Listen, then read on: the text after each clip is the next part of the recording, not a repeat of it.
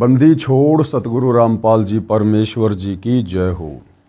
परम पिता परमात्मा सारी सृष्टि के रचनहार कुल मालिक असंख्य ब्रह्मांडों के स्वामी जगत गुरु तीनों लोकों में प्रवेश करके सबका धारण पोषण करने वाले राजाधिराज आत्माधार नाथों के नाथ देवों के देव महादेव सर्वेश्वर महेश्वर मृत्युंजय अजरो अमर आदि अनादि सनातनी प्रभु जगत पिता जगदीश्वर श्री श्री 1008 की उपाधि के वास्तविक अधिकारी अकाल मूरत सौद स्वरूपी राम वासुदेव सर्वगतम ब्रह्म परम पूज्य प्रथम पूज्य परम संत परम पुरुष परम धनी परम दयालु सत्य कबीर हक्का कबीर अल्लाहु कबीर अल्लाहु अकबर बाखबर अल्लाह ताला जगत के तारणहार जगत के मुक्तिदाता जगत के जगन्नाथ हारे के सहारे हिंदुओं के राम मुसलमानों के अल्लाह सिखों के वाहिगुरु ईसाइयों के मसीह दया के सागर दयानिधि करुणा के सागर करुणानिधि स्वयंभू परिभू संकट मोचन कष्ट हरण मंगल करण दुख भंजन अविगत कबीर निर्विकार निर्विषम परमात्मा अलय अलेख सतगुरु आदि अनादि सतगुरु असली मर्यादा पुरुषोत्तम असली राम असली कृष्ण असली घनश्याम असली मुरारी राजाओं के राजा महाराजाओं के महाराजा शहंशाहों के शहंशाह सम्राटों के सम्राट भगवानों के भगवान अल्लाहों के अल्लाह प्रभुओं के प्रभु मसीहाओं के मसीह सच्चे वाहिगुरु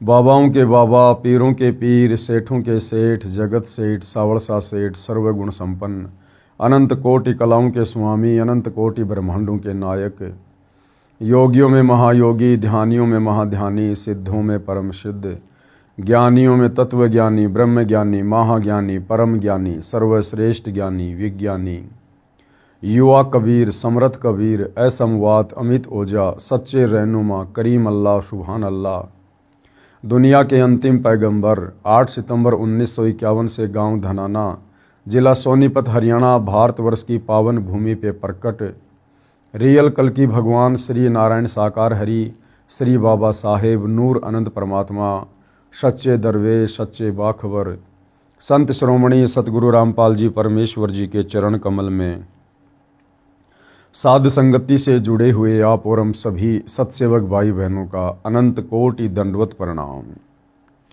सत्साई भाई और बहनों, बहुत बड़ी दया बहुत बड़ी मेहर पूज्य गुरुदेव भगवान की परमेश्वर रामपाल जी की, जिनके शुभ आशीर्वाद से विशेष आशीर्वाद से और विशेषकर हिंदू समाज से जुड़े भाई बहनों को श्रद्धालुओं को परमात्मा चाहने वाली आत्माओं को परमात्मा की प्राप्ति के विषय में इस पवित्र पुस्तक हिंदू साहिबान नहीं समझे गीता वेद पुराण जो कि परम संत सतगुरु रामपाल जी के कर कमल से लिखित है, शास्त्र प्रमाणित है, अध्यात्म के विषय में भाई बहनों को बहुत कुछ जानने और समझने को मिल रहा है।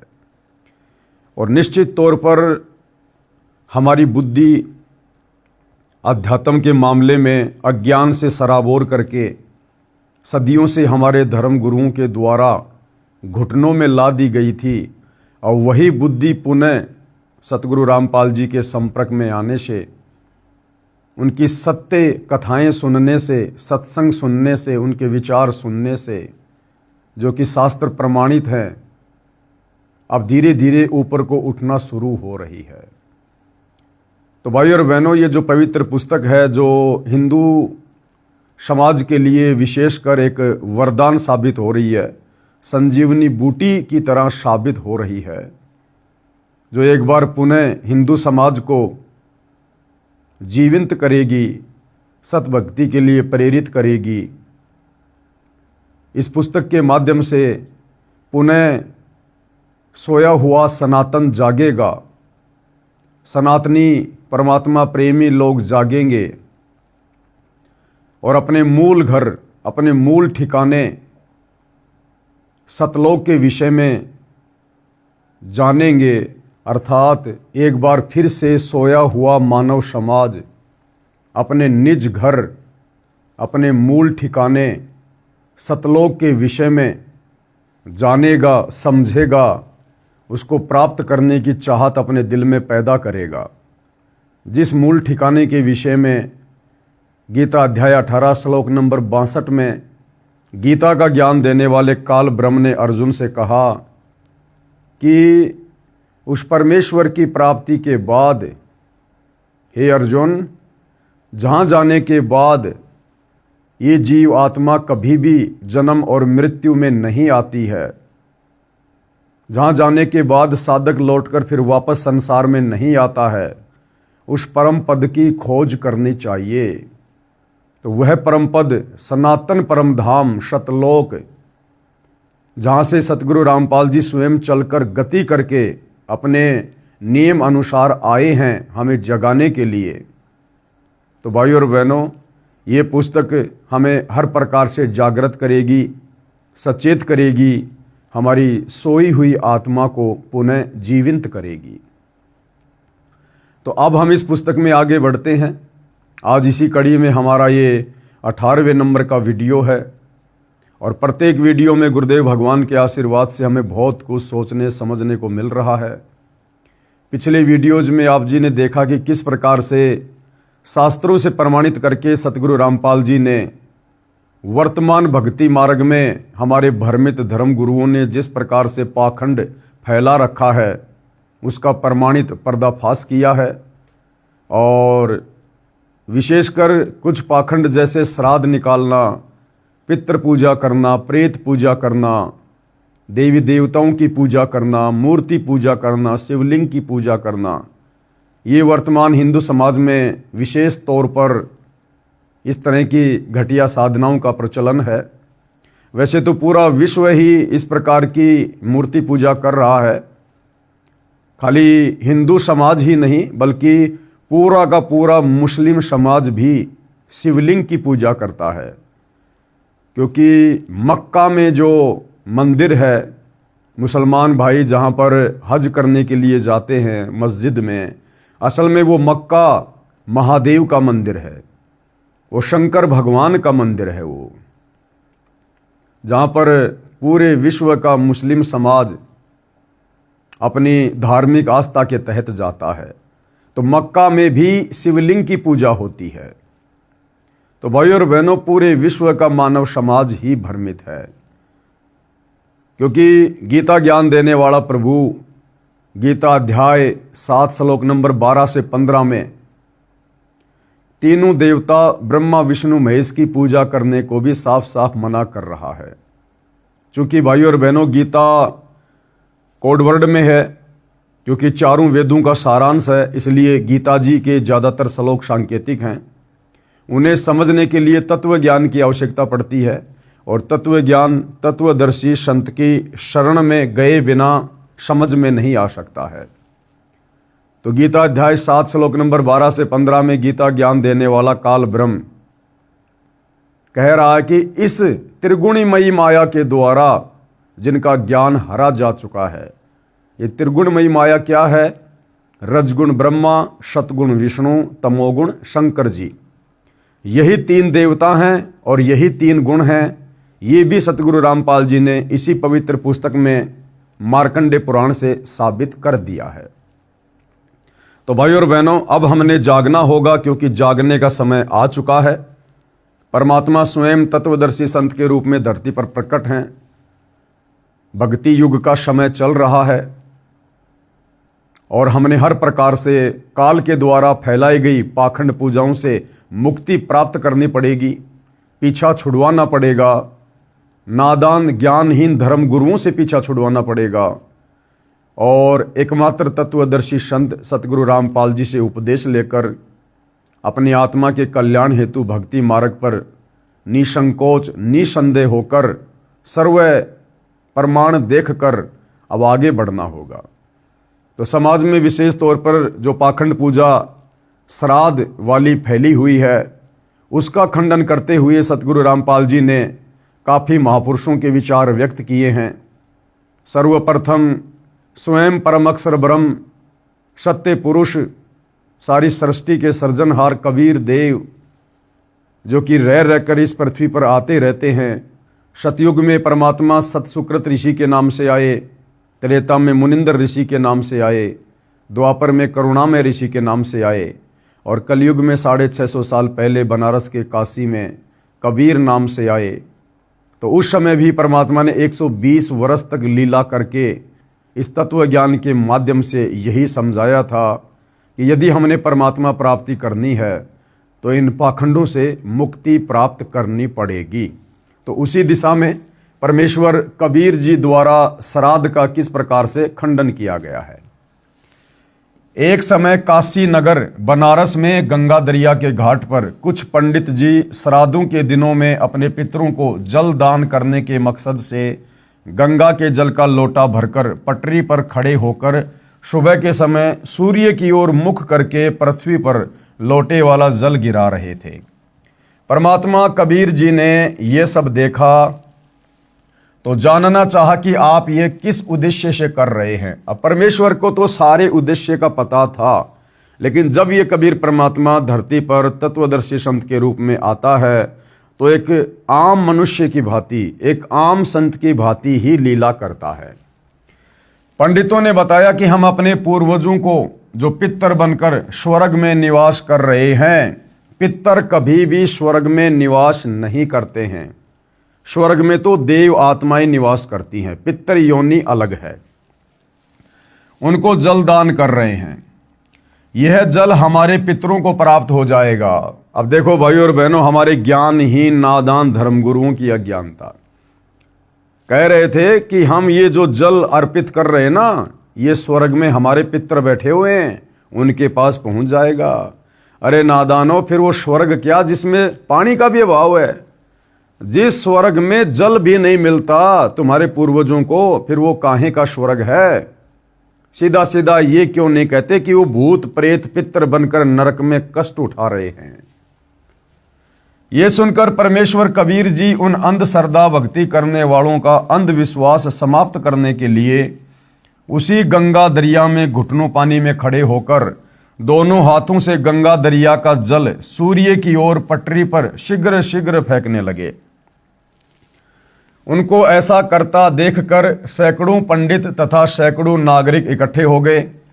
पंडितों ने पूछा कि हे कबीर जी, आप ये कौन सी कर्मकांड की क्रिया कर रहे हो, इससे क्या लाभ होगा, ये तो कर्मकांड में लिखा ही नहीं है। अब देखो भाइयों और बहनों, अगर कबीर परमात्मा उस समय श्राद्ध खंडन करने के मकसद से अगर ये क्रिया ना कर रहे होते, और यदि उन पंडितों के पूछने पर कि हे कबीर जी, आप ये कौन सा कर्मकांड कर रहे हो और इससे क्या फायदा होगा, अगर कबीर परमात्मा ये कह देते कि इस प्रकार से कर्मकांड करने से घर में धन लाभ अति शीघ्र होता है, पुत्र प्राप्ति होती है, तो वो पूरा का पूरा समाज उस कर्मकांड को तुरंत करना शुरू कर देता। लेकिन कबीर परमेश्वर जी का मकसद उन नादानों की आंखें खोलना था। कबीर जी ने उत्तर दिया कि यहां से 1 मील यानी 1.5 किलोमीटर दूर मेरी झोपड़ी के आगे मैंने एक बगीची लगा रखी है, उसकी सिंचाई के लिए ये क्रिया कर रहा हूं। ये जड़ मेरी बगीची की सिंचाई कर रहा है। अब ये बात सुनकर सारे पंडित हंसने लगे और बोले कि ये कभी संभव नहीं हो सकता, 1 मील दूर ये जल कैसे जाएगा, ये तो यही रेत में समा गया है। कबीर जी ने कहा कि यदि आपके द्वारा गिराया जल सैकड़ों मील दूर स्वर्ग में जा सकता है, तुम्हारे पूर्वजों के पास जो पितर बने हुए हैं वहां जा सकता है, तो मेरे द्वारा गिराए जल को 1 मील जाने पर कौन सी आश्चर्य की बात है। अब इस बात को सुनकर सारे के सारे पंडित शर्मिंदा हो गए। ये बात सुनकर पंडित जी समझ गए कि हमारी क्रियाएं व्यर्थ हैं, बेकार हैं। कबीर जी ने 1 घंटा बाहर पटरी पर खड़े होकर कर्मकांड यानी श्राद्ध व अन्य क्रियाओं पर सटीक तर्क दिया, यानी सत्संग किया परमात्मा ने, और कहा कि आप एक और तो कह रहे हो कि आपके पितर स्वर्ग में हैं, दूसरी ओर कह रहे हो उनको पीने का पानी नहीं मिल रहा, वे वहां प्यासे हैं, उनको सूर्य को अर्घ देकर जल पार्सल करते हो। यदि स्वर्ग में पीने के पानी का ही अभाव है तो उसे स्वर्ग नहीं कह सकते, वह तो रेगिस्तान होगा, रेगिस्तान।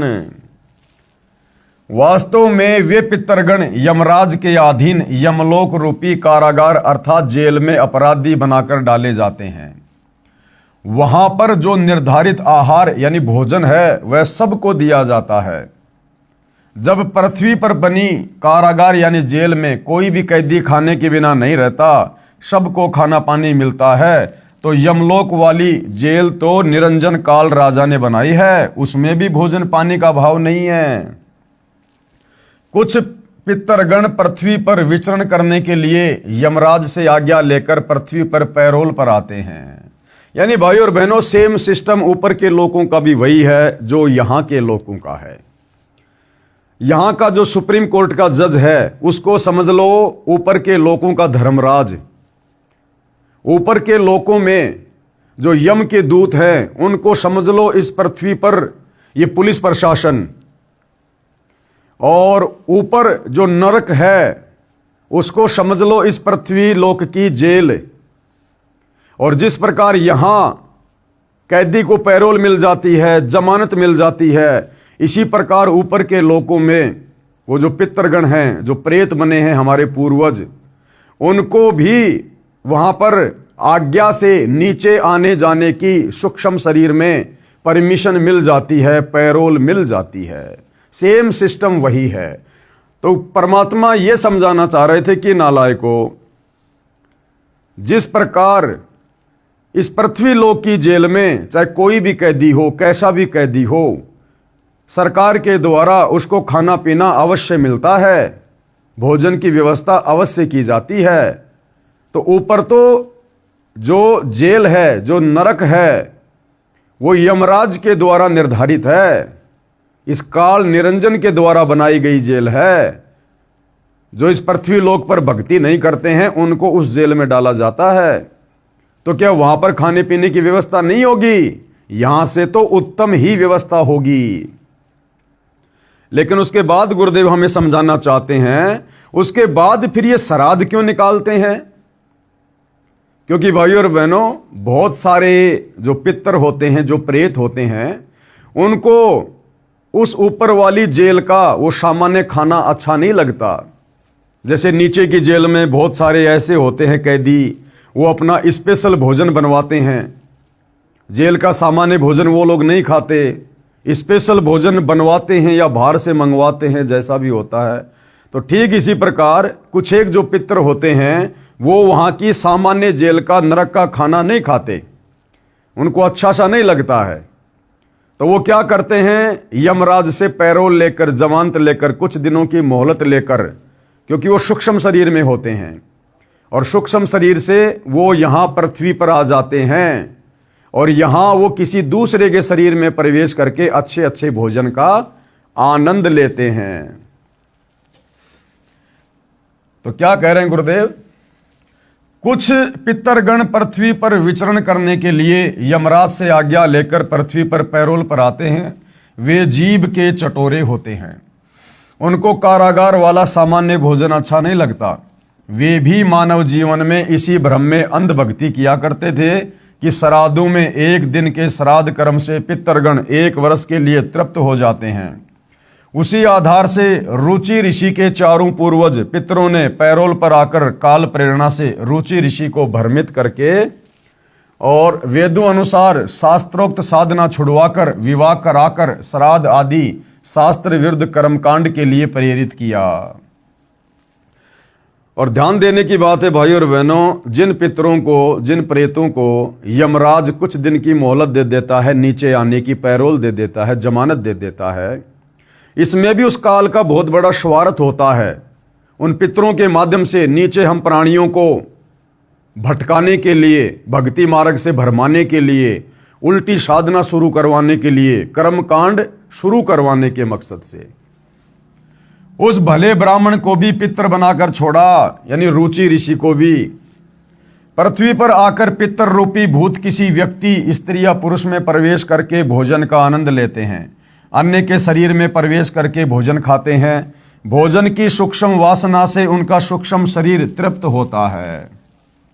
जिस प्रकार भाई और बहनों गुरुदेव ने बताया कि राधा स्वामी पंथ का जो प्रवर्तक था शिव दयाल, उसने भी सत्य साधना नहीं की, शास्त्रों के अनुसार भक्ति नहीं की, और मरने के बाद शिवदयाल सीधा वो भूत बना। और बाद में वो अपनी शिष्या बुक्की के अंदर आया करता था। उसकी शिष्या थी बुक्की, वो शिवदयाल भूत बनकर उस बुक्की के अंदर आया करता था और पहले की तरह चूरमा बनवा कर खाया करता था। उस पलंग के ऊपर बैठकर हुक्का पिया करता था, क्योंकि पहले शिवदयाल को चूरमा बहुत पसंद था और भोजन करने के बाद उस पलंग पर बैठकर हुक्का पिया करता था। उसके बाद शरीर छोड़ने के बाद जब वो भूत बन गया, मुक्ति नहीं हुई, अपनी शिष्या बुक्की के अंदर आकर चूरमा बनवा कर खाया करता था और उसी प्रकार से बुक्की के माध्यम से पलंग पर बैठकर हुक्का पिया करता था। लेकिन 1 वर्ष के लिए नहीं, यदि कोई पिता, दादा, दादी, माता आदि आदि किसी पशु के शरीर को प्राप्त हुए हैं तो उसको कैसे तृप्ति होगी? उसको 10-15 किलो चारा खाने को चाहिए। कोई श्राद्ध करने वाला गुरु पुरोहित भूखा प्यासा देखा है? आवश्यक नहीं है कि सबके माता पिता, दादा दादी आदि आदि पितर बने हों। कुछ के पशु पक्षी आदि अन्य योनियों को भी प्राप्त होते हैं, परंतु श्राद्ध सबके करवाए जाते हैं, यानी अंधश्रद्धा। इसे कहते हैं शास्त्र विधि त्याग कर मनमाना आचरण, यानी शास्त्र विरुद्ध भक्ति करना। अब इसके बाद भाइयों और बहनों, सिख धर्म के प्रवर्तक आदरणीय नानक जी ने भी श्राद्ध कर्म का खंडन किया है। क्योंकि भाइयों और बहनों, परमात्मा से प्राप्त जितने भी महापुरुष हुए हैं उन सभी का एक ही रास्ता है अध्यात्म का। उन सब के बोल वचन, उन सब के विचार आपको एक ही मिलेंगे। तो आदरणीय नानक जी को भी कबीर परमात्मा बेई नदी पर जिंदा बाबा के रूप में मिले थे। आदरणीय नानक जी की आत्मा को शरीर से निकालकर ऊपर सचखंड सतलोक में लेकर गए थे। उन्हें सर्व ब्रह्मांडों से परिचित करवाया था, सतलोक दिखाया था। उसके बाद नानक जी की आत्मा को वापस तीसरे दिन बेई नदी पर उसी शरीर में छोड़ दिया था। उसके बाद नानक जी भी परमपिता परमेश्वर कबीर साहिब जी के ज्ञान से परिचित होकर, भक्ति विधान से परिचित होकर उन्हीं की महिमा करने लगे थे और उन्हीं के विचारों को समाज में आगे बढ़ाने लगे थे। तो नानक जी भी इस पाखंड और कर्म कांड के बिल्कुल विरुद्ध थे। श्री नानक देव जी द्वारा श्राद्ध भ्रम खंडन। अन्य उदाहरण, सिख धर्म के प्रवर्तक श्री नानक देव साहिब जी की जीवनी में एक घटना ऐसी है जिसका वर्णन करता हूं, जो पवित्र पुस्तक भाई बाले वाली जन्म साखी श्री नानक देव में लिखी है, जिसकी हेडिंग आगे साखी दुनीचंद खत्री नाल होई। यानी जो भाई जो बाला था और मर्दाना था, ये नानक जी के 2 शिष्य थे। तो ये ज़्यादातर नानक जी के साथ रहा करते थे और इन्होंने नानक जी के शरीर छोड़ने के बाद में जो जो उनकी लीलाएं थी, जो जो घटनाएं घटी थी, उन्होंने अंगद देव जी के माध्यम से इसमें जन्म साखी में लिपिबद्ध करवाई थी। संक्षिप्त प्रकरण इस प्रकार है। श्री नानक जी को परमात्मा कौन? परम अक्षर ब्रह्म कबीर देव बेई नदी पर उस समय मिले थे जिस समय श्री नानक जी सुल्तानपुर शहर से सुबह के समय प्रतिदिन की तरह बेई नदी में स्नान करने के लिए गए थे। अन्य नगरवासी भी स्नान कर रहे थे। उस समय परमेश्वर कबीर जी बाबा जिंदा के वेश में आए और श्री नानक जी के साथ दरिया में स्नान करने के बहाने प्रवेश हुए। अन्य उपस्थित व्यक्ति देख रहे थे। दोनों ने दरिया में डुबकी लगाई परंतु बाहर नहीं आए। दोनों को दरिया में डूबा मान लिया गया था। परमेश्वर कबीर जी नानक जी की आत्मा को लेकर, यानी शरीर को दूर जंगल में छोड़कर अपने साथ अपने निवास स्थान सतलोक यानी सचखंड में ले गए। 3 दिन तक काल ब्रह्म के 21 ब्रह्मांडों, अक्षर पुरुष के 7 संग ब्रह्मांडों तथा अपने सतलोक के असंख्य ब्रह्मांडों की स्थिति को आंखों दिखाया, यथार्थ आध्यात्मिक ज्ञान बताया तथा यथार्थ मोक्ष मंत्र सतनाम जो 2 अक्षर का है, जिसमें एक ओम मंत्र है तथा दूसरा गुप्त है जो उपदेशी भगत को बताया जाता है, जिससे मुक्ति होना बताया। फिर एक नाम सार नाम का विशेष योगदान मानव के मोक्ष की साधना में है, उससे परिचित कराया तथा सतनाम और सारनाम को कलयुग के 5505 वर्ष बीत जाने तक गुप्त रखने की आज्ञा दी। यानी परमात्मा कबीर जी ने आदरणीय नानक जी को सारनाम दिया था, लेकिन उस समय उस सारनाम को गुप्त रखने की भी आज्ञा दी थी। श्राद्ध पिंडदान आदि कर्मकांड को व्यर्थ बताया और स्वर्ग नरक को दिखाया। तीसरे दिन श्री नानक जी की आत्मा को शरीर में प्रवेश करके अंतर्ध्यान हो गए।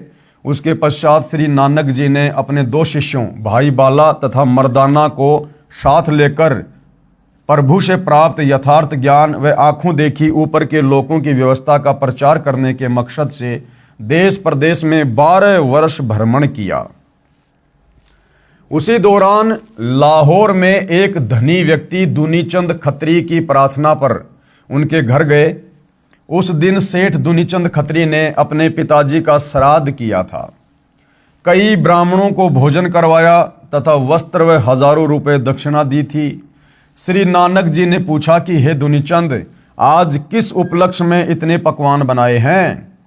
दुनीचंद ने बताया कि महाराज जी, आज मेरे पिताजी का श्राद्ध किया है। श्री नानक जी ने पूछा कि आपके पिताजी कहाँ है? उत्तर दुनीचंद का कि वे स्वर्गवासी हो चुके हैं। श्राद्ध करने से उनको 1 वर्ष तक स्वर्ग में भूख नहीं लगती। ये बात सुनकर श्री नानक जी ने कहा कि हे दुनीचंद, आपको आपके अज्ञानी गुरुओं ने भ्रमित कर रखा है। आपका पिताजी तो बाघ यानी शेर शरीर को प्राप्त होकर उस जंगल में एक पेड़ के नीचे भूख से व्याकुल बैठा है।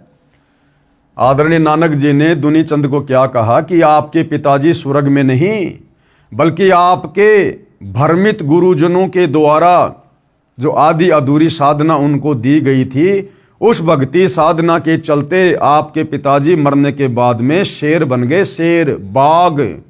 और वो तो फला फला जगह उस पेड़ के नीचे बिल्कुल व्याकुल बैठे हुए हैं। यदि मेरी बात पर विश्वास नहीं है तो जांच कर सकते हैं। तू एक व्यक्ति को भोजन तैयार कर, यानी एक व्यक्ति का भोजन तैयार कर और उस जंगल में जा। तेरी दृष्टि पड़ते ही मेरे आशीर्वाद से उस बाघ यानी शेर को मनुष्य बुद्धि आ जाएगी, यानी वो तुझे हानि नहीं पहुंचाएगा। उसको अपना पूर्व जन्म भी याद आ जाएगा। जब वो तेरा पिता था, वो जन्म भी उसको याद आ जाएगा उस बाघ की योनि में। दुनीचंद जी को श्री नानक जी पर पूर्ण विश्वास था कि इन्होंने जो बोल दिया वह सिद्ध है। इस महात्मा में लोग बड़ी शक्ति बताते हैं। दुनीचंद सेठ एक व्यक्ति का भोजन जो श्राद्ध के बाद बचा था लेकर उस बताए जंगल में उसी झाड़ के पास गया तो एक सिंह दिखाई दिया जो दुनीचंद की ओर कुत्ते की तरह दूम हिला हिलाकर भाव प्रकट करने लगा कि मैं कोई हानि नहीं करूंगा, आजा मेरे पास। दुनीचंद सेठ ने भोजन बाघ के सामने थाली में रख दिया। सारा भोजन बाघ खा गया। दुनीचंद ने कहा कि हे पिताजी, आप तो बड़े धर्म कर्म करते थे, आप तो सदा शाकाहारी रहे, आपकी ये दशा कैसे हुई? क्योंकि नानक जी ने अपने आशीर्वाद से, अपनी शक्ति से उस बाघ को मनुष्य बुद्धि प्रदान कर दी थी, जिस प्रकार से वो मनुष्य की भाषा में बोलने लगा। श्री नानक महाराज जी की शक्ति से सिंह ने कहा कि बेटा, जब मेरे प्राण निकल रहे थे उसी समय साथ वाले मकान में मांस पकाया जा रहा था। उसकी गंध मेरे तक आई और मेरे मन में मांस खाने की इच्छा हुई। उसी समय मेरे प्राण निकल गए, जिस कारण से मुझे शेर का शरीर मिला। अब देखो भाई और बहनों, बड़े विचार करने की बात है। अंत समय में भी ये काल हमारे साथ में इस प्रकार से धोखा करता है, जिस प्रकार सेठ दुनीचंद जी के पिताजी के साथ किया। सेठ दुनीचंद का पिता बड़ा धार्मिक था, धर्म कर्म किया करता था, भक्ति किया करता था, जैसी भी उन अज्ञानी धर्मगुरुओं ने उसको बता रखी थी। और टारगेट क्या था इस आत्मा का कि मैंने अपनी आत्मा का कल्याण करवाना है, मैंने स्वर्ग में जाना है।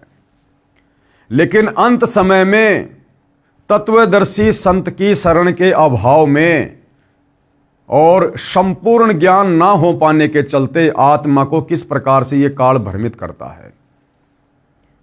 पूरा जीवन शाकाहारी बिताने वाले सेठ दुनीचंद के पिताजी जब अंतिम समय में सैया पर लेटे हुए थे, उसी समय पड़ोस में किसी व्यक्ति ने मांस पकाया, यानी नॉनवेज बना रहा था। और उस मांस की जो महक थी, जो गंध थी, वो सेठ दुनीचंद जी के पिताजी के नाकों में आई। और उस महक को सूंघ कर काल प्रेरणा से सेठ दुनीचंद के पिताजी ने सोचा कि वाह क्या महक है। बस इतना ही सोचा और उसी समय उनके प्राण निकल गए। और परमात्मा जी का फिर अटल विधान है कि अंत समय में शरीर छोड़ते समय इस प्राणी की आस्था, इसकी मोह ममता, इसकी चाहत जिस भी वस्तु में रह जाएगी, पोते में, पोती में, धन में, संपत्ति में, खेत में, किसी पशु में या खाने पीने में, ये प्राणी उस विधान अनुसार वही जन्म लेगा, उसी प्रकार की योनि को जन्म प्राप्त करेगा। तो अंत समय में वो मांस की महक दुनीचंद के पिताजी के नाक में पड़ी और मांस खाने की इच्छा जागृत हुई। उसी समय उनके प्राण निकल गए और वो इच्छा उनके अंदर रह गई सूक्ष्म शरीर में। काल ने अगला जन्म उसको बाघ का दे दिया, शेर का, कि ले बेटा, अंत समय में तेरी मांस खाने की इच्छा थी ना, अब तू कच्चा मांस खा, कच्चा मांस जब तक इस बाघ के शरीर में रहेगा। इसलिए भाई और बहनों, हम भक्तों को भी यहाँ बहुत बड़ी शिक्षा मिलती है कि हमने सदैव अपने विचारों को, अपनी सोच को, अपनी भावनाओं को, अपनी जिज्ञासाओं को सतगुरु रामपाल जी भगवान की भक्ति के इर्द गिर्द ही रखना चाहिए। हमने सांसारिक लोगों से ज़्यादा उठना बैठना, बातचीत करना, व्यवहार करना बिल्कुल बंद कर देना चाहिए। यदि कोई विशेष कार्य है तो अपने कार्य तक हम सीमित रहें, उसके बाद तुरंत वहाँ से उठकर फालतू की बातें ना करके, इधर उधर की निंदा चुगली वाली बातें ना सुन के, ना करके हम वापस अपने कार्य पर लगे या फिर परमेश्वर की भक्ति में लगे, परमेश्वर के सुमरण में, चिंतन मनन में या सत्संग सुनने में अपना समय बिताएं। ये हम भक्तों की दैनिक क्रिया होनी चाहिए। ना जाने कब ये शरीर छूट जाए, कब ये प्राण निकल जाए, और ना जाने कौन सी वो गलत क्रिया हम उस समय वो कर रहे हों, और उस गलत क्रिया के चलते, उस गलत सोच के चलते ये काल बलि अपने विधान अनुसार फिर हमें उन्हीं योनियों में जन्म देगा। और फिर परमात्मा भी जबरदस्ती नहीं करता, क्योंकि परमात्मा ने हमें समझा दिया, सत्संगों के माध्यम से अनेकों बार सावधान कर दिया कि भाई साधो सेती मस्करी चोरा नाल खुशाल, मल अखाड़ा जीतेंगे युगन युगन के माल। दुनिया से ती दोस्ती पड़े भजन में भंग, भाई एका एकी राम से या साधु के संग। तो विशेषकर हम सभी सतगुरु रामपाल जी के फॉलोअर ने अपने पूज्य गुरुदेव जी के दिशा निर्देशन में भक्ति के आसपास ही रहना है। व्यर्थ के लोगों से हमने किसी प्रकार का कोई अनावश्यक संबंध नहीं साधना है। व्यर्थ के लोग वो हैं जो तत्वदर्शी संत से उपदेश लेकर सत भक्ति नहीं करते हैं, या तत्वदर्शी संत से उपदेश लेकर भी जो अपनी उन पुरानी घटिया आदतों को नहीं छोड़ते हैं, उसी प्रकार का सांसारिक जीवन ज़्यादा जीते हैं, वो लोग भी हमारे लिए भगत होने के बावजूद व्यर्थ के लोगों की श्रेणी में आते हैं। इसलिए भाई और बहनों, आप और हमने भी बहुत सावधानी रखनी चाहिए। तो सेठ दुनीचंद जी के पिताजी ने कहा कि बेटा, अंत समय में वो मांस की महक मेरे नाक में आई तो मेरे मन में मांस खाने की इच्छा जागृत हुई। उसी समय मेरे प्राण निकल गए, जिस कारण से मुझे शेर का शरीर मिला। बेटा दुनीचंद, आप किसी पूर्ण संत से दीक्षा लेकर अपने जीव का कल्याण करा लेना। अब दुनीचंद को पता चल गया कि भैया फिर नानक जी से बड़ा पूर्ण संत कौन हो सकता है वर्तमान में, जिन्होंने अपने आशीर्वाद से शेर को मनुष्य भाषा में बुलवा दिया, मनुष्य बुद्धि प्रदान कर दी। मानव जीवन बड़ी कठिनता से मिलता है, ये कहकर शेर जंगल की ओर गहरा चला गया। दुनीचंद ने उन अज्ञानी धर्मगुरुओं को धिक्कारा जो सबको भ्रमित कर रहे थे, जिन्होंने दुनीचंद के पिताजी की भी दुर्गति करवा दी। अंत में अब विश्वास हुआ कि श्राद्ध करने से कोई लाभ मृतक को नहीं मिलता। अब दुनीचंद ने तो अपनी आंखों से देख लिया कि धर्मगुरु तो कह रहे थे कि तुम्हारे पिताजी स्वर्ग में हैं, उनको भोजन चाहिए, और नानक जी ने दिखा दिया कि तेरा पिता तो पशु योनि में, जानवर योनि में शेर बनकर भाई कष्ट उठा रहा है। तो दुनीचंद जी को पक्का यकीन हो गया कि ये श्राद्ध है, ये पाखंड है, ये पाखंड पूजा है, ये भ्रमित साधना है। घर आकर श्री नानक जी के चरणों में गिरकर अपने कल्याण के लिए यथार्थ भक्ति का ज्ञान तथा मंत्र लेकर आजीवन सुमरण किया तथा सर्व अंधविश्वास वाली साधना त्याग दी जो शास्त्रों के विरुद्ध कर रहा था और मानव जीवन सफल किया। अन्य उदाहरण बता रहे हैं परमात्मा पाखंड पूजा के विषय में, भ्रमित साधना के विषय में, जो श्राद्ध है उसके खंडन के विषय में संत गरीबदास जी द्वारा श्राद्ध भ्रम खंडन। आदरणीय गरीबदास जी, वैसे तो भाई और बहनों जब हम भक्ति मार्ग में आगे बढ़ेंगे तो हमें पता चलेगा कि नानक जी का रोल भी स्वयं कबीर परमात्मा ने ही किया था। आदरणीय गरीबदास जी का रोल भी स्वयं कबीर परमात्मा ने ही किया था, क्योंकि इनके अलावा ये तत्व ज्ञान, इस प्रकार के चमत्कार इस पृथ्वी पर कोई अन्य साधु संत महात्मा नहीं कर सकता। परंतु यहाँ पर आम व्यक्तियों को जो अभी भक्ति के नज़दीक नहीं हैं उनको समझाने की दृष्टि से परमात्मा ने इन आत्माओं को अपने से अलग करके दर्शाया है। तो आदरणीय गरीबदास जी जो गांव छुड़ानी, जिला झज्जर, हरियाणा से थे, इनको भी कबीर परमात्मा इसी प्रकार से मिले थे जैसे नानक जी को मिले थे। और आदरणीय गरीबदास जी की आत्मा को भी सतलोक लेकर गए थे, उन्हें भी सारे ब्रह्मांड दिखाए, सारे देवी देवताओं की स्तुति से, शक्ति से परिचित करवाया, सतलोक दिखाया और वापस उन्हें पृथ्वी पर छोड़ा था। उसके बाद आदरणीय गरीबदास जी ने भी कबीर परमेश्वर जी के पद चिन्हों पर चलते हुए उसी तत्व ज्ञान का प्रचार प्रसार किया और हमारे नादान धर्म गुरुओं के द्वारा जो अंधविश्वास, जो पाखंड पूजा समाज में फैलाई जा रही है उसका विरोध किया। संत गरीबदास जी महाराज गांव छुड़ानी, जिला झज्जर, प्रांत हरियाणा को श्री नानक जी की तरह 10 वर्ष की आयु में सन 1727 विक्रमी संवत 1784 में नला नाम के खेत यानी जंगल में जिंदा बाबा के वेश में परम अक्षर ब्रह्म यानी कबीर जी मिले थे। उस समय छुड़ानी गांव के 10-12 व्यक्तियों ने बाबा जिंदा को देखा, बातें की, अन्य व्यक्ति अपने अपने कार्य में लग गए। बालक गरीबदास जी की आत्मा को निकालकर परमात्मा सतलोक ले गए। ऊपर के सब लोकों का अवलोकन करवाकर सर्व यथार्थ आध्यात्मिक ज्ञान बताकर लगभग 8-9 घंटे बाद वापस शरीर में प्रविष्ट कर दिया। बालक गरीबदास जी को मरा जानकर चिता पर रख दिया गया था। अग्नि लगाने वाले थे, उसी समय संत गरीबदास जी उठकर घर की ओर चल पड़े। परमेश्वर कबीर जी ने उनको यथार्थ भक्ति ज्ञान दिया। उनके बहुत सारे शिष्य हुए। गांव छुड़ानी के एक भगत को संत गरीबदास जी की बात पर विश्वास नहीं था कि श्राद्ध कराया हुआ मृतक को नहीं मिलता। श्राद्धों के दिनों में उस भगत के दोनों माता पिता के श्राद्ध लगातार 2 दिन किए गए। पहले दिन माता जी का और अगले दिन उसके पिताजी का। संत गरीबदास जी ने कहा कि हे भगत, आपके माता पिता तो तुम्हारे खेत की जोड़ी, जिसे ग्रामीण भाषा में लेट यानी छोटा तालाब कहते हैं, जोड़ी, वहां पर भूखे रो रहे हैं। आप 2 व्यक्तियों का भोजन लेकर मेरे साथ चलो। वह भगत अतिशीघ्र अपने पिता के श्राद्ध से बची खीर व रोटी 2 व्यक्तियों की लेकर संत गरीबदास जी के साथ गया। उनके खेत में बनी जोहड़ी से लगभग 200 फुट दूर खड़े होकर संत गरीबदास जी ने आवाज लगाई कि हे फतेह सिंह तथा दया कौर, काल्पनिक नाम, आओ, आपका पुत्र आपके लिए भोजन लाया है।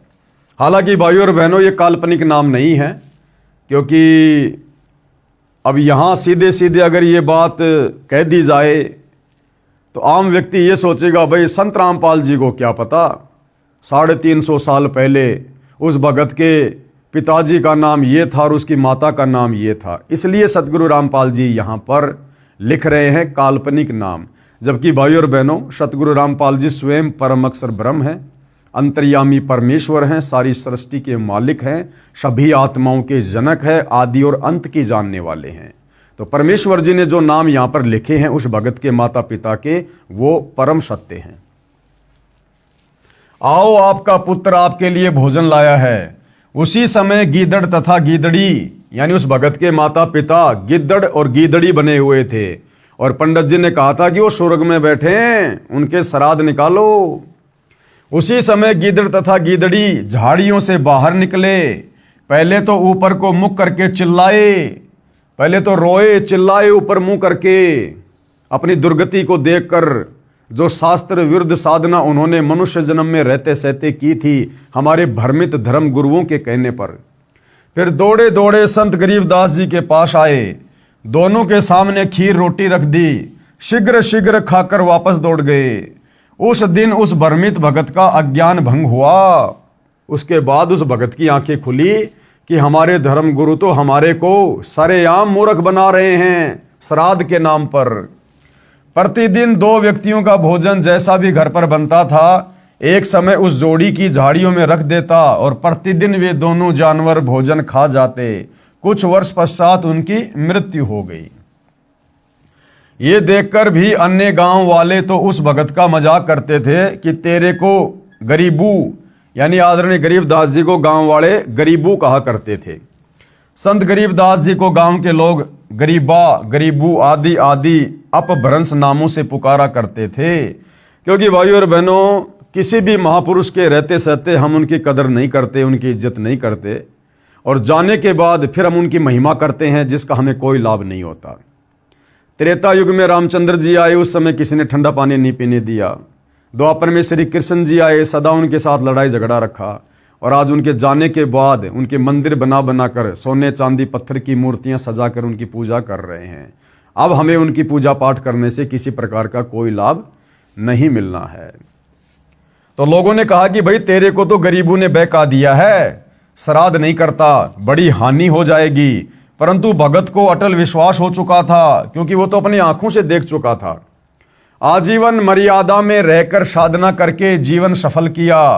जीवन में कोई हानि नहीं हुई, अपितु अद्भुत लाभ हुए। धनी हो गया, सैकड़ों गाय मोल ले ली, बड़ी हवेली यानी कोठी बना ली। कुछ वर्ष पश्चात बच्चों ने भी दीक्षा ले ली, सुखी जीवन जिया। यानी हमारे धर्मगुरु जो हमें डराते हैं ना कि श्राद्ध नहीं निकालोगे तुम्हारे घर में ये नुकसान हो जाएगा, वो नुकसान हो जाएगा। भाइयों और बहनों, नुकसान हो जाएगा, लेकिन वो नुकसान उन लोगों को होगा जिनको सतगुरु की शरण प्राप्त नहीं है, जिनको तत्वदर्शी संत की शरण प्राप्त नहीं है। उसके बाद तो वो देवी देवता उसका घनचक्कर बना देंगे, घनचक्कर, यदि उनकी पूजा पाठ नहीं की, उनका भाग समय पर नहीं निकाला तो। और जिस दिन आप सतगुरु की शरण में आकर, जैसे वर्तमान में धरती पर पूर्ण संत सतगुरु रामपाल जी हैं, इनकी शरण में आने के बाद ये पाखंड पूजा तो हमने छोड़नी पड़ेगी। श्राद्ध निकालना, पितृ पूजा, प्रेत पूजा, देवी देवताओं की पूजा, मंदिर मस्जिद चर्च गुरुद्वारों में जाकर वो आदि अधूरी साधना करना, तीर्थों पे जाना, धामों पे जाना, पैदल यात्रा करना, कावड़ वावड़ लेके आना, ये सारी की सारी शास्त्र विरुद्ध साधना हमने त्यागनी पड़ेगी। परंतु सच्चे सतगुरु की शरण में आने के बाद ये काल बली हमारी तरफ आंख उठा के भी नहीं देख सकता। इसलिए यदि आप सतगुरु की शरण में आए बिना उन पाखंड पूजाओं को त्यागते हैं तो हो सकता है आपको नुकसान हो जाए। परंतु सतगुरु की शरण में आने के बाद जब हम उन पाखंड पूजाओं को त्यागते हैं, ठोकर मारते हैं, और यदि मर्यादा में रहेंगे, ये काल बली हमारा बाढ़ भी बाका नहीं कर सकता। अन्य उदाहरण दे रहे हैं गुरुदेव भगवान पाखंड पूजा को लेकर, विशेषकर श्राद्ध के खंडन को लेकर। लेखक यानी संत रामपाल जी द्वारा श्राद्ध भ्रम खंडन सत्य कथा। अब गुरुदेव भगवान अपनी जुबानी सत्य कथा बता रहे हैं कि किस प्रकार से हमारे नादान धर्मगुरुओं ने श्राद्ध के नाम पर समाज को भ्रमित किया हुआ है। मेरे पूज्य गुरुदेव स्वामी राम देवानंद जी बड़ा पैतावास, तहसील चरखी दादरी, जिला भिवानी, प्रांत हरियाणा के निवासी थे। अब यहां पर भाइयों और बहनों एक शब्द इस्तेमाल किया है सतगुरु रामपाल जी ने कि मेरे पूज्य गुरुदेव स्वामी राम देवानंद जी। अभी भाइयों और बहनों, आप परमेश्वर जी की शरण से दूर हैं, आपने अभी उनके सत्संग सुनने शुरू नहीं किए हैं, इसलिए ये बात अभी आपको समझ में नहीं आएगी। जब आप उनसे उपदेश लेकर धीरे धीरे भक्ति मार्ग में आगे बढ़ेंगे तो आप जी को पता चलेगा कि सतगुरु रामपाल जी तो स्वयं जगत गुरु हैं। जगत गुरु यानी सारे संसार के गुरु, सारी सृष्टि के गुरु हैं, सबको ज्ञान देने वाले हैं। फिर भला इन्हें गुरु बनाने की क्या आवश्यकता।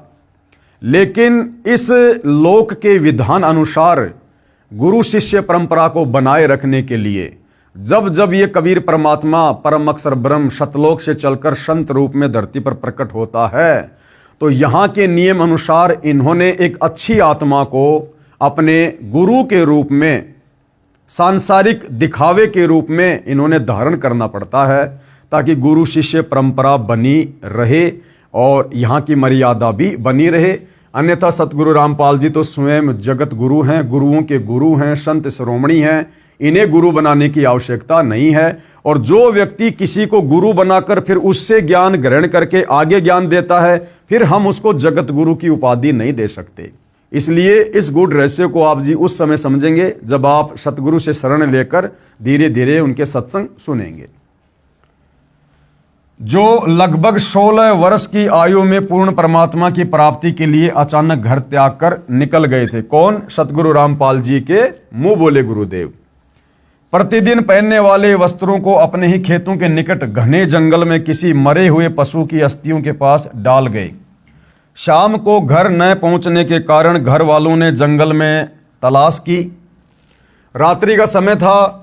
कपड़े पहचान कर दुखी मन से पशु की अस्थियों को बच्चे की अस्थियां जानकर उठा लाए तथा ये सोचा कि बच्चा जंगल में चला गया, किसी हिंसक जानवर ने खा लिया।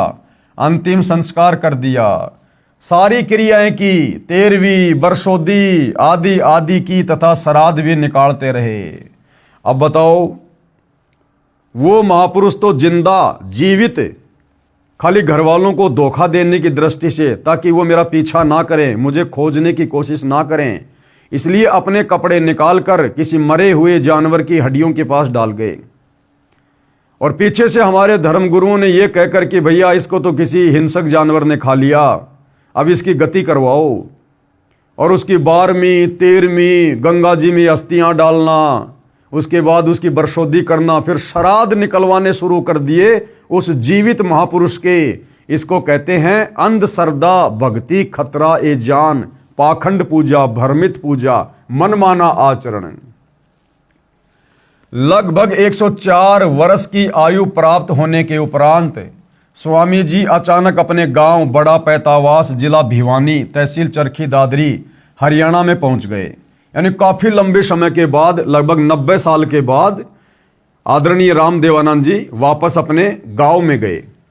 स्वामी जी का बचपन का नाम श्री हरिद्वारी जी था तथा पवित्र ब्राह्मण कुल में जन्म था। मुझदास को पता चला, यानी सतगुरु रामपाल जी कह रहे कि जब मुझे इस बात का पता चला तो मैं भी अपने गुरुजी के दर्शनों के लिए उस गांव में पहुंच गया। स्वामी जी की भाभी जी जो लगभग 92 वर्ष की आयु की थी, मैंने उस बुढ़िया से पूछा कि हमारे गुरुजी के घर छोड़ जाने के उपरांत क्या महसूस किया। उस बुढ़िया ने बताया कि मेरा विवाह हुआ, तब मुझे बताया गया कि इनका एक भाई हरिद्वारी था जो किसी हिंसक जानवर ने जंगल में खा लिया था, उसके श्राद्ध निकाले जा रहे हैं, मुझे भी इनके श्राद्ध निकालने को कहा गया। बुढ़िया ने बताया कि 70 श्राद्ध तो मैं अपने हाथों निकाल चुकी हूं। यानी 70 साल से तो वो बुढ़िया उस जीवित महापुरुष के श्राद्ध निकाल रही थी, हमारे ज्ञानहीन धर्म गुरुओं के कहने पर। और जब कभी फसल अच्छी नहीं होती या कोई घर का सदस्य बीमार हो जाता तो अपने पुरोहित यानी गुरुजी से कारण पूछते तो वह कहा करता कि हरिद्वारी वो पितर बना हुआ है, वो तुम्हें दुखी कर रहा है।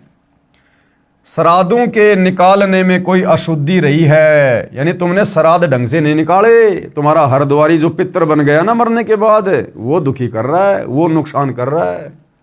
जबकि हरिद्वारी जी अर्थात आदरणीय रामदेवानंद जी तो लोगों को उपदेश देकर उनका उद्धार कर रहे थे, लेकिन हमारे भ्रमित धर्मगुरु पंडित जन ब्राह्मण क्या कहते थे कि वो नुकसान कर रहा है। अब की बार सारी क्रिया मैं स्वयं अपने हाथों से करूंगा। कौन बोला? वो गुरुजी। पहले मुझे समय नहीं मिला था क्योंकि एक ही दिन में कई कई जगह श्राद्ध क्रियाएं करने जाना पड़ा, इसलिए बच्चों को भेजा था। तब तक गुरु भेंट चढ़ाओ ताकि उसे शांत किया जाए, यानी कुछ दान दक्षिणा चढ़ाओ।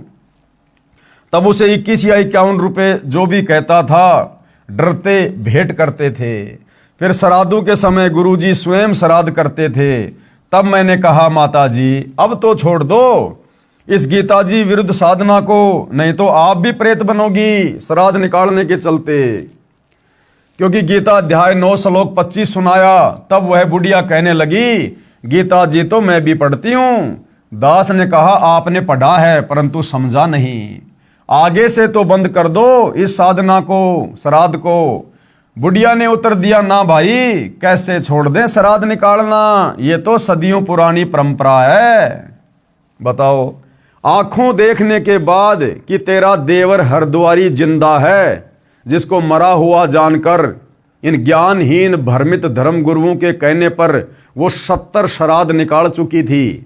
और जब गुरुदेव ने उसको बताया, समझाया, गीता जी का हवाला दिया अध्याय 9 श्लोक नंबर 25 का, कि श्राद्ध निकालने वाले भूत बनेंगे, देवताओं को पूजने वाले देवताओं के पास जाएंगे, पितरों को पूजने वाले पितरों के पास जाएंगे। उसके बाद बुढ़िया कहती, भाई गीता जी तो मैं भी पढ़ती हूं, लिखा तो यही है। तो गुरुदेव ने कहा कि बुढ़िया अब तो छोड़ दे श्राद्ध निकालना, आदमी तेरे सामने जीवित है। तो बुढ़िया करी, ना भाई, इब के या लाग छुट्टे से, ये तो पुरानी परंपरा है, पुरानी परंपरा, ये तो निकालने ही पड़ेंगे। तो बताओ भाई और बहनों, फिर और क्या तरीका अपना जाए ऐसे नादानों को समझाने का। हे पाठकों, यह दोष भोली आत्माओं का नहीं है, ये दोष मूर्ख गुरुओं का अर्थात नीम हकीमों का है, जिन्होंने अपने पवित्र शास्त्रों को समझे बिना और मनमाना आचरण यानी पूजा का मार्ग बता दिया, जिस कारण न तो कोई कार्य सिद्ध होता है, न परम गति तथा न कोई सुख ही प्राप्त होता है।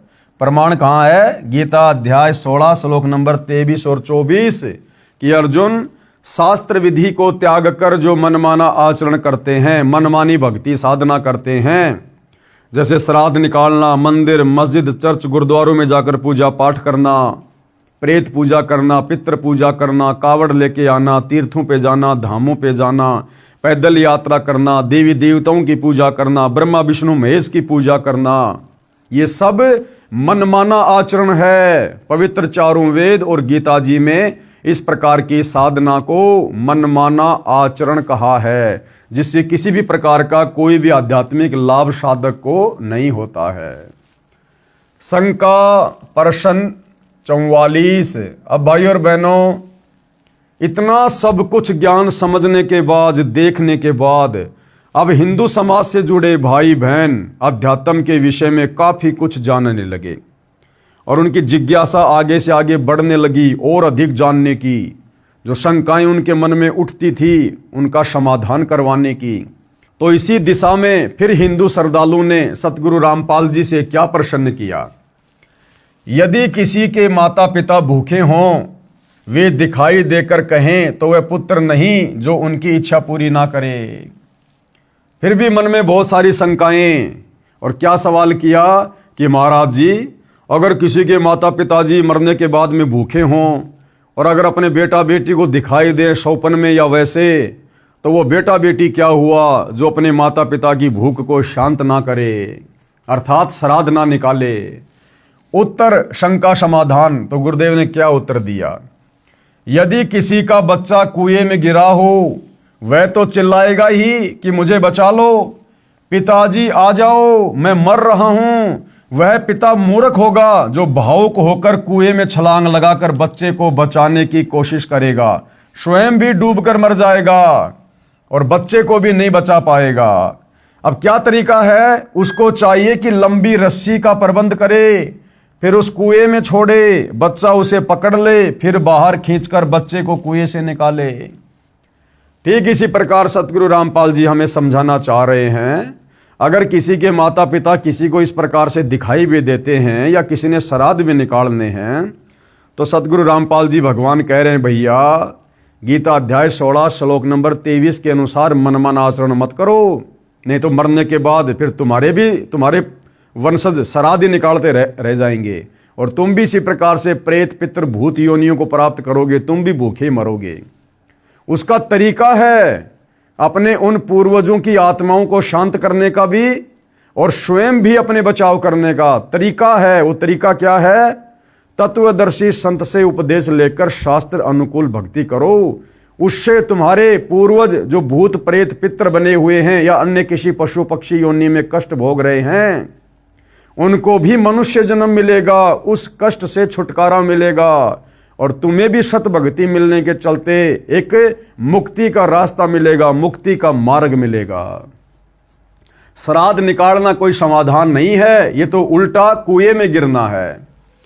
इसी प्रकार पूर्वज तो शास्त्र विधि त्याग कर मनमाना आचरण पूजा करके पितर बन चुके हैं, संतान को भी पितर बनाने के लिए पुकार रहे हैं, जिस प्रकार रुचि ऋषि के पूर्वजों ने उसको पुकारा।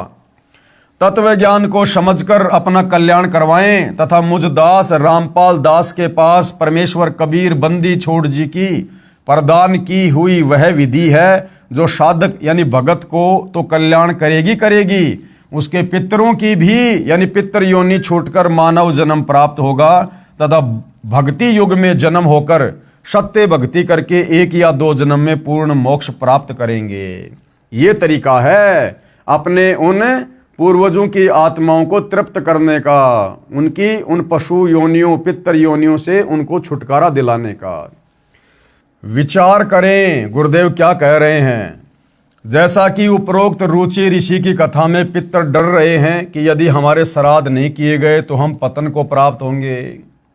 यानी भाई और बहनों, ये शरीर छोड़ने के बाद हमें जो भी शरीर प्राप्त होता है, इस काल प्रेरणा से हम उस शरीर को छोड़ना नहीं चाहते। कुत्ता चाहे कितना ही भयंकर रोगी क्यों ना हो, पिछले पैर क्यों ना टूट गए हों, कमर पे किसी गाड़ी का पहिया क्यों ना चढ़ गया हो, वो भी उस योनि में जीना ही चाहता है, मरना नहीं चाहता।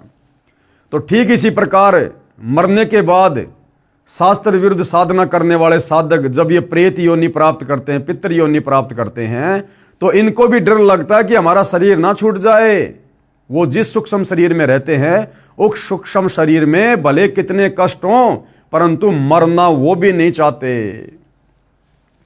जैसा कि उपरोक्त रुचि ऋषि की कथा में पितर डर रहे हैं कि यदि हमारे श्राद्ध नहीं किए गए तो हम पतन को प्राप्त होंगे, अर्थात मृत्यु हो जाएगी। अब उनको पितर योनि जो अत्यंत कष्टमय है, अच्छी लग रही है, उसे त्यागना नहीं चाह रहे हैं। ये तो वही कहानी वाली बात है कि एक समय एक ऋषि को अपने भविष्य के जन्म का ज्ञान हुआ। अब गुरुदेव एक कथा सुना रहे हैं, इस काल ने कैसा भयंकर जाल आप और हमारे ऊपर डाल रखा है। हम मनुष्य हैं, आज वर्तमान में हर प्रकार से सुख सुविधा भोग रहे हैं, परंतु मरना कोई नहीं चाहता। चाहे हॉस्पिटल में भयंकर रोग से आदमी सड़ रहा है और पता है कि तुम मरेगा, लेकिन फिर भी मरना नहीं चाहता। अपनी जमीन बेच देगा, गहने बेच देगा अपने इलाज के लिए। इसी प्रकार शरीर छूटने के बाद जब हम अन्य योनियों में जाते हैं जो शास्त्र अनुसार भक्ति साधना नहीं करते, भले वो सूअर की योनि में चला गया। अब सूअर का क्या जीवन भाई और बहनों, गधे का क्या जीवन, कितना कष्ट, दुख ही दुख है। परंतु वो गधा भी मरना नहीं चाहता, उस शरीर को उत्तम शरीर मान रहा है। वो सूअर भी मरना नहीं चाहता, उस शरीर को उत्तम शरीर मान रहा है। तो इसी विषय में पूज्य गुरुदेव भगवान हमें एक ऋषि की कथा सुना रहे हैं जो इसी प्रकरण से संबंधित है। एक समय एक ऋषि को अपने भविष्य के जन्म का ज्ञान हुआ। उसने अपने बेटों को बताया कि मेरा अगला जन्म फला फला व्यक्ति के घर पर एक सूअरी से होगा और मैं सूअर का जन्म पाऊंगा। उस सूअरी के गले में गांठ है, यह उसकी पहचान है। उसके पेट से मेरा जन्म होगा। मेरी पहचान ये होगी कि मेरे सिर पर गांठ होगी जो दूर से दिखाई देगी। मेरे बच्चों, उस व्यक्ति से मुझे मोल ले लेना तथा मुझे मार देना और मेरी गति कर देना। यानी उस व्यक्ति को पता था जो मनुष्य जन्म में था, वो ऋषि, कि भाई मेरा अगला जन्म सूअरी के पेट से होगा। और अपने बच्चों को उसने पहले बता दिया कि बच्चों, सूअर का जन्म तो बड़ा दुखदायी होता है, बड़ा कष्टदायी होता है। बच्चों, मैं बड़ा दुख पाऊंगा, इसलिए तुम एक काम करना, मैं तुम्हें पहले बता रहा हूं कि मेरा अगला जन्म फला फला व्यक्ति के घर पर जो सूअर है ना, वहां एक सूअरी के पेट से होगा। और कौन सी सूरी के पेट से होगा? जिस सूरी के जो है गले के पास में गांठ होगी, तुम पहचान कर लेना। और उस सूरी के पेट से जन्म लिया हुआ मैं कौन सा बच्चा होऊंगा? मेरे सर में गांठ होगी जो दूर से दिखाई देगा, तो तुम पहचान कर लेना कि ये हमारा पिताजी है, और मुझे मोल ले लेना और फिर मेरे को मार देना किसी भी प्रकार से, ताकि मेरी गति हो जाए, उस शरीर से मेरा छुटकारा हो जाए। बच्चों ने कहा, बहुत अच्छा पिताजी। ऋषि ने फिर आंखों में पानी भरकर कहा कि बच्चों, कहीं लालचवश मुझे मोल न लो और मुझे तुम मारो नहीं। ये कार्य तुम अवश्य करना, नहीं तो मैं सूअर योनि में महाकष्ट उठाऊंगा। बच्चों ने पूर्ण विश्वास दिलाया कि पिताजी, हम जरूर आपका कल्याण करवा देंगे। उसके पश्चात कुछ दिनों में उस ऋषि का देहांत हो गया। उसी व्यक्ति के घर पर उसी गले में गांठ वाली सूरी के वही सिर पर गांठ वाला बच्चा भी अन्य बच्चों के साथ उत्पन्न हुआ। उस ऋषि के बच्चों ने वह सूरी का बच्चा मोल ले लिया, तब उसे मारने लगे। उसी समय वह बच्चा बोला, उसी समय काल प्रेरणा से वो बच्चा बोला, बेटा मुझे मत मारो, मेरा जीवन नष्ट करके तुम्हें क्या मिलेगा। क्योंकि अब उस सूअर की योनि में आने के बाद उसे लगा कि बस बहुत बढ़िया है, आनंद ही आनंद है। सारा दिन गटर में पड़े रहते हैं, गंदगी में नाक रगड़ते रहते हैं, ना कमाना ना धमाना, ना स्कूल जाना, ना फीस भरना, ना नमक तेल मिर्च की चिंता, बस इससे बड़ा जीवन और कुछ नहीं है। तो जब वो बेटे गए और उसको मोल ले लिया और जैसे मारने लगे, तो तुरंत वो बोला कि बेटा मुझे मत मारो, अरे मैंने तुम्हारा क्या बिगाड़ दिया, मुझे रहने दो। तब उस ऋषि के पूर्व जन्म के बेटों ने कहा, पिताजी आपने ही तो कहा था। तब वह सूअर के बच्चे रूप में ऋषि बोला कि मैं आपके सामने हाथ जोड़ता हूं, मुझे मत मारो। मेरे भाइयों यानी अन्य सूअर के बच्चों के साथ मेरा दिल लग रहा है, मुझे बख्श दो। बच्चों ने वह बच्चा छोड़ दिया और मारा नहीं। इसी प्रकार ये जीव जिस भी योनि में उत्पन्न हो जाता है उसे त्यागना नहीं चाहता, जबकि यह शरीर एक दिन सभी का जाएगा। इसलिए भावुकता में न बहकर थोड़ा विवेक से कार्य करना चाहिए। ये दास रामपाल दास जो साधना बताएगा उसे आम के आम और गुटलियों के दाम भी मिलेंगे। यानी आत्मा का कल्याण तो होगा ही होगा। हमें यहां भी जब तक जिएंगे सर्व लाभ होंगे, सर्व सुख होंगे। इसी विष्णु पुराण में तीसरे अंश के अध्याय 15 श्लोक 55 से 56 पर 213 पर लिखा है कि और वो ऋषि शगर राजा को बता रहा है। क्या बता रहा है? हे राजन, श्राद्ध करने वाले पुरुष से पितरगण विश्वदेवगण आदि सभी संतुष्ट हो जाते हैं। हे भूपाल, पितरगण का आधार चंद्रमा है और चंद्रमा का आधार योग, योग यानी शास्त्र अनुकूल भक्ति है। इसलिए श्राद्ध में, अब देखो विष्णु पुराण क्या बता रहा हमारे को, श्राद्ध निकालने की क्या विधि बता रहा है। इसलिए श्राद्ध में योगी यानी तत्व ज्ञान अनुसार शास्त्र विधि अनुसार साधक जन को अवश्य बुलाएं। यदि श्राद्ध में 1000 ब्राह्मण भोजन कर रहे हों, कौन से ब्राह्मण? जो शास्त्रों को त्याग कर भ्रमित साधना करते हैं, उस प्रकार के 1000 ब्राह्मण अगर श्राद्ध में बैठकर भोजन कर रहे हों, उनके सामने एक योगी यानी एक भगत। कौन सा भगत? जो तत्वदर्शी संत से उपदेश लेकर शास्त्रों के अनुसार भक्ति कर रहा हो। उनके सामने एक योगी शास्त्र अनुकूल साधक भी हो तो वह उन 1000 ब्राह्मणों का भी उद्धार कर देता है तथा यजमान का भी उद्धार कर देता है। पितरों का उद्धार का अर्थ है कि पितरों की योनि छूटकर मानव शरीर मिलेगा। यजमान तथा ब्राह्मणों के उद्धार से तात्पर्य यह है कि उनको सत्य साधना का उपदेश करके मोक्ष का अधिकारी बनाएगा। अब भाई और बहनों, आप और हमें देखो घर बैठे कितना बड़ा लाभ मिल रहा है सतगुरु की शरण में आने के बाद। अब हम भगत भाई बहनों ने कोई श्राद्ध नहीं निकालने, ना हम निकालते, ना हम कोई शास्त्र विरुद्ध पाखंड पूजा करते, ना कोई कर्मकांड करते और करवाते, ना सहयोग देते, क्योंकि सहयोग देना भी परमात्मा का दोषी कहलाता है। अब भाई और बहनों, जो विष्णु पुराण में श्राद्ध निकालने की उत्तम व्यवस्था जो लिखी हुई है कि भाई अगर शास्त्र अनुकूल भक्ति करने वाला एक व्यक्ति और शास्त्र विरुद्ध साधना करने वाले 1000 ब्राह्मणों के सामने बैठा दिया जाए तो शास्त्र अनुकूल साधना करने वाला एक योगी, एक भगत, उन 1000 ब्राह्मणों का भी, और साथ में श्राद्ध निकालने वाले उस व्यक्ति का भी, और साथ में जिसके लिए वो श्राद्ध निकाल रहा है अपने पूर्वजों के लिए, जो प्रेत पित्र बने हुए हैं, उन सब का उद्धार हो जाता है। अब आप और हमारा किस प्रकार से हो रहा है? हम सतगुरु रामपाल जी के सत्संग सुनने के लिए जब वे आश्रम में होते हैं, हम आश्रम में जाते हैं। आश्रम में जाकर हम क्या करते हैं? भक्ति विधान अनुसार 10वां अंश दान करते हैं। कुछ दान धर्म के रूप में पैसा गुरुदेव भगवान को समर्पित करते हैं।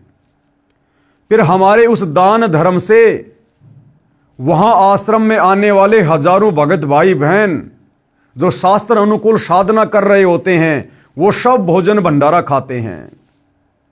यानी भाइयों और बहनों, विष्णु पुराण में तो लिखा कि यदि एक भगत भी, एक योगी जो शास्त्रों के अनुसार साधना करता है, सच्चे तत्वदर्शी संत से उपदेश लेकर उसके भोजन करने से तुम्हारे पितरों का और तुम्हारा भी उद्धार हो जाता है।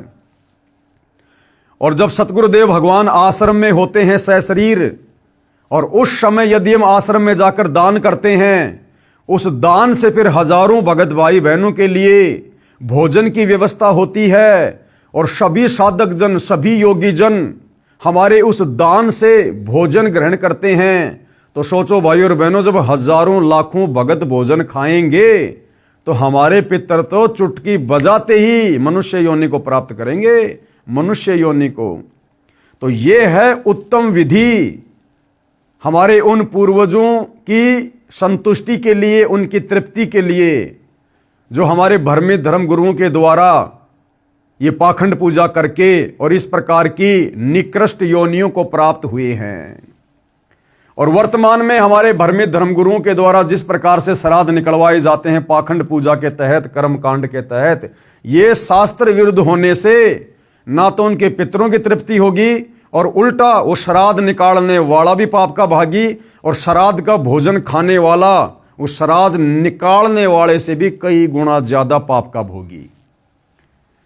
पेश है प्रमाण के लिए श्री विष्णु पुराण के 3रे अंश के अध्याय 15 श्लोक 55-56 की फोटोकॉपी, यानी परमाणु सहित सब कुछ बताया जा रहा है। यह विष्णु पुराण का 3रा अंश है। हे भूपाल, यानी हे पृथ्वी के राजा, पितरगण का आधार चंद्रमा है, और चंद्रमा का आधार योग है, यानी शास्त्र अनुकूल भक्ति है। इसलिए श्राद्ध में योगी जनों को नियुक्त करना अति उत्तम है, यानी शास्त्र अनुकूल सत भक्ति कर रहे भगत को नियुक्त करना, उसको बुलाना अति उत्तम है। हे राजन, यदि श्राद्ध भोजी 1000 ब्राह्मणों के सम्मुख एक योगी भी हो, यानी एक सच्चा भगत भी हो, तो वह यजमान सहित उन सब का उद्धार कर देता है। अब सतगुरु रामपाल जी सबसे बड़े योगी हैं, हालांकि परमेश्वर हैं, परमात्मा हैं, लेकिन इस विधि अनुसार हम सोचे विचार करें तो सतगुरु रामपाल जी वर्तमान में धरती पर सबसे बड़े योगी हैं जो शास्त्र अनुकूल सत भक्ति कर रहे हैं। तो ऐसे में उनकी शरण ग्रहण करके उनसे उपदेश लेकर जब हम उनके रहते सहते आश्रम में जाएंगे, दान धर्म करेंगे, तो वहां हजारों भगत भाई बहन आएंगे, वो भी भोजन करेंगे, और सतगुरु रामपाल जी भी उसी भंडारे से भोजन करते हैं। तो सतगुरु रामपाल जी को भोग लगने के बाद उस भगत के जो पूर्वज होते हैं, जो अंध भक्ति करके आज भूत प्रेत पित्र बने हुए हैं, पशु पक्षी योनियों में कष्ट उठा रहे हैं, उन सब को तुरंत मनुष्य जन्म मिलेगा, और सतगुरु रामपाल जी उन्हें भी अपनी शरण में लेंगे। ठीक इसी प्रकार भाइयों और बहनों, वर्तमान में गीता जी अध्याय 3 श्लोक नंबर 13 के अनुसार हम सतगुरु रामपाल जी के सभी भगत भाई बहन जिस प्रकार से उस विधान को फॉलो करते हुए अपने अपने घर पर प्रतिदिन भोग की आरती के साथ सतगुरु रामपाल जी को भोग लगा रहे हैं, ये वही विधि है जो विधि इस विष्णु पुराण में लिखी हुई है। या हमारे घर पर जो भगत भाई बहन आते हैं और हम श्रद्धा के साथ उनको भोजन पानी करवाते हैं, भंडारा करवाते हैं, ये वही विधि है जो विधि यहां पर लिखी हुई है। लेकिन हमारा मकसद, हमारा टारगेट विशेष हमारे पूर्वजों की मुक्ति करवाने का नहीं होना चाहिए। हमने मन में विचार भी नहीं करना चाहिए, वो तो ऑटोमेटिक होगा ही होगा। हम ना सोचेंगे तो भी इस विधि से भक्ति करने के कारण हमारे पूर्वजों का कल्याण होगा ही होगा। योगी की परिभाषा, अब गुरुदेव समझा रहे कि योगी यानी भगत क्या होता है, भगत की क्या परिभाषा है। गीता अध्याय 2 श्लोक नंबर 53 में कहा है कि हे अर्जुन, जिस समय आपकी बुद्धि भिन्न भिन्न प्रकार के भ्रमित करने वाले ज्ञान से हटकर एक तत्व ज्ञान पर स्थिर हो जाएगी, तब तू योगी बनेगा।